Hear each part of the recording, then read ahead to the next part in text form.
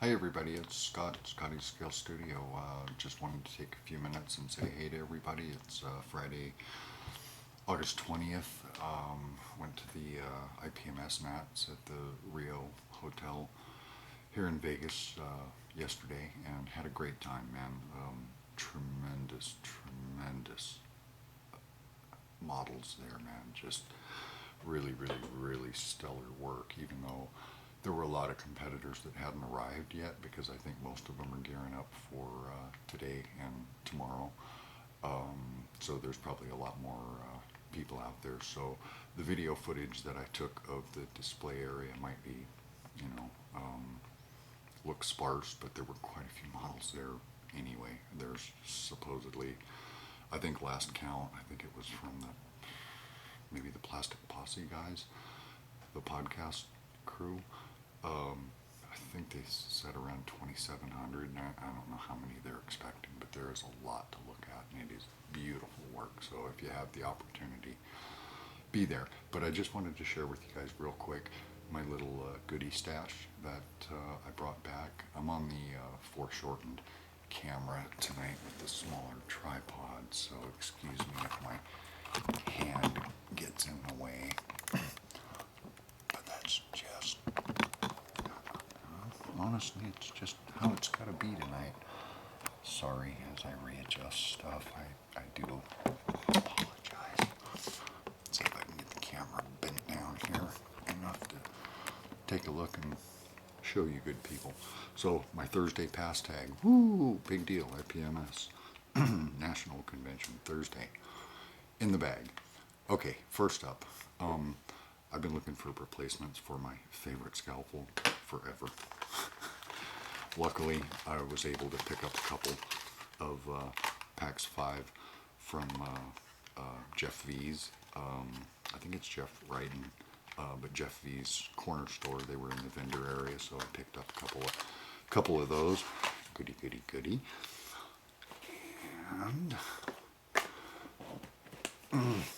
I'm sorry, my microphones are real loud because I'm much closer than I normally am. So also picked up a couple of catalogs, one from MRC Academy. Real nice, you know.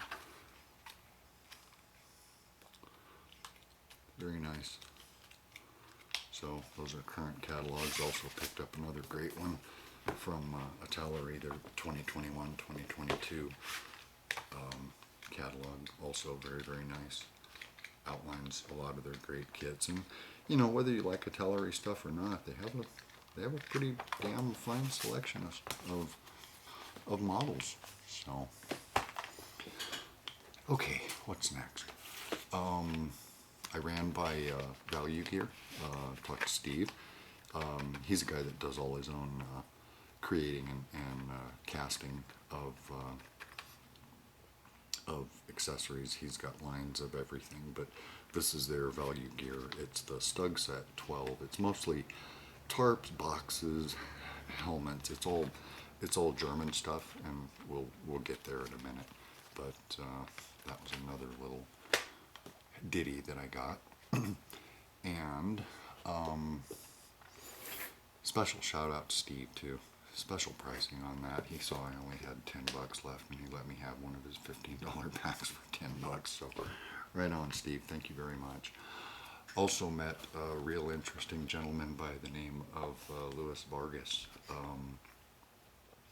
And Louis does, I was immediately attracted to his table, mainly because they're very close to the entrance. They had a big camo net over it, and it just looked very cool. But as I got closer and closer, they do some really neat, unique World War I stuff. 35th scale, this is a 15 centimeter Schwer field haubitz, MAD, or a field howitzer. This is a kit and these are all 3D printed. Apparently, I had a very long conversation with Louis, and he gave me a personal lesson on how to work with resin, because I don't work with resin regularly. I barely use it at all, but you know, very nicely packaged and finished stuff, but this is a small, I believe this is a Austro-Hungarian mortar, World War I, but you know, it's very neat, you know, little tool set there. There's all the ancillary pieces for the elevation knobs, the main cannon, the carriage, even some ammo. Very, very nice. And please excuse me while I'm rustling through packages.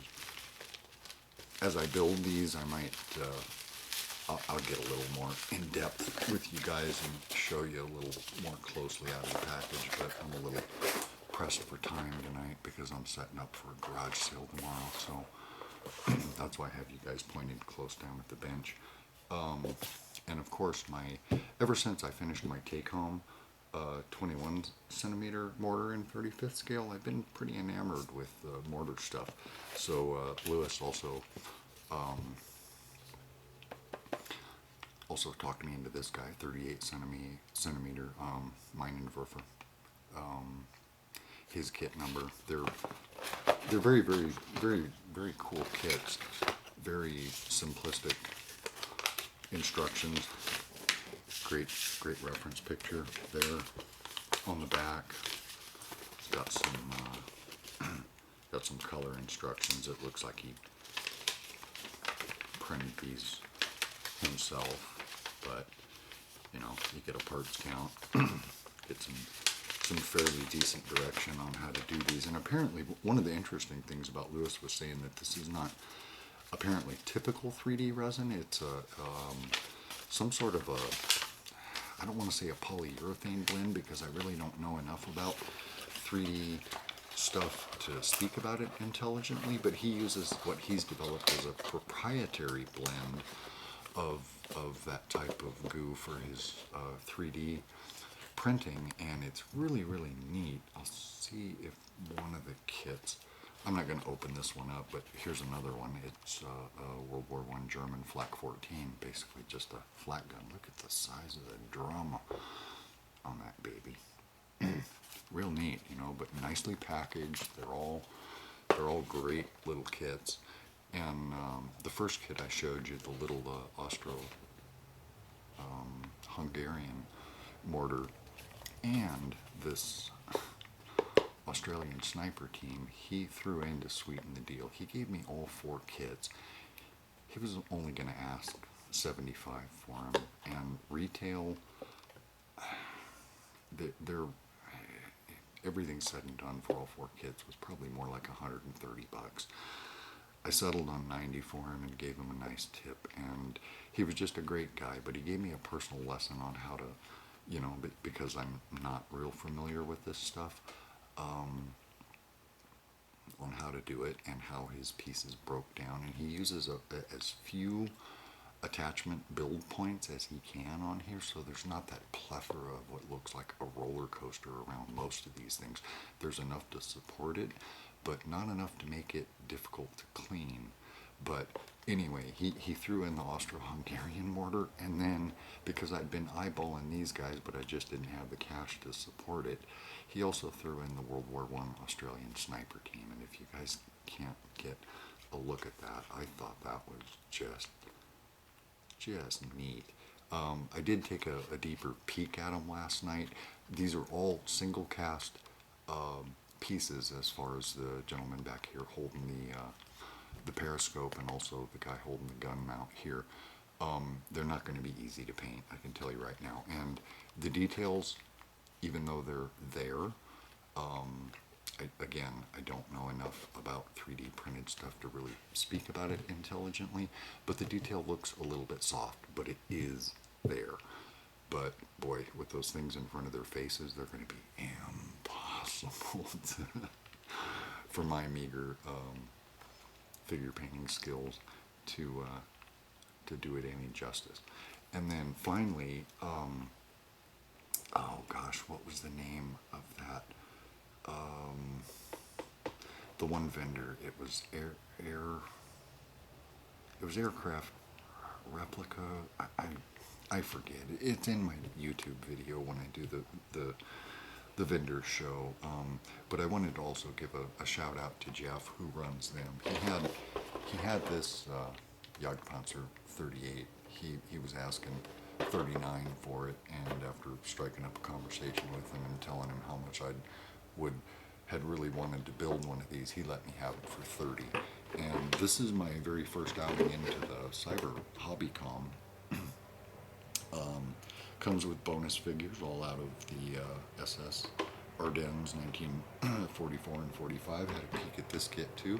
Comes with a little bit of etch and some very nice cartograph decals. It's got some great detail on it. It's a fairly simple build, but I had a little bit of extra money, so I picked up a set of Master Club tracks for the late type tracks, and I kind of made a judgment call on this one because this one says mid-production, and I figured, well, I just kind of picked a point in time, and I was like, well, they had to go from early to mid to late sometime, so I just made a judgment call, and I liked the look of the lates over the look of the earlies, so I picked those up.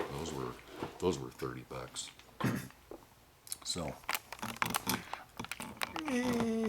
sorry as I wean the camera back off the tripod. But anyway, that's my little collection from IPMS 2021, the Nats here in Vegas. So you guys take care. If you're at the show, have a good, safe time. Keep everybody safe and stay safe yourselves. There were a lot of people there, not as many as I think numbers projected, but during the Wednesday and Thursday setup portion of the show, it was kind of a soft opening from what I understand on Wednesday, and then they were really kind of getting in gear, except the absence of some of the attendees that were competing on Thursday. But because I have other plans this weekend, I decided to go on Thursday for two reasons. Because I figured the crowds would be less and I'd be able to video a little bit more and look around and spend my time without feeling frustrated and crowded and having to get out of crowds and stuff. So I went on Thursday because I'm really anticipating that today and Saturday were probably and will be tomorrow very busy days. But that's it from Scotty's Scale Studio Bench. So thank you guys for tuning in. I'll throw this up on the channel and you guys can give it a like, give it a look, give it a comment. Let me know what your experiences are if you're at the convention, and stop by and say hi. All the best to you. I'll talk to you guys real soon. Take care, be good, and you know me. If you can't be good at it. Okay, I'm Scott. Good night for now.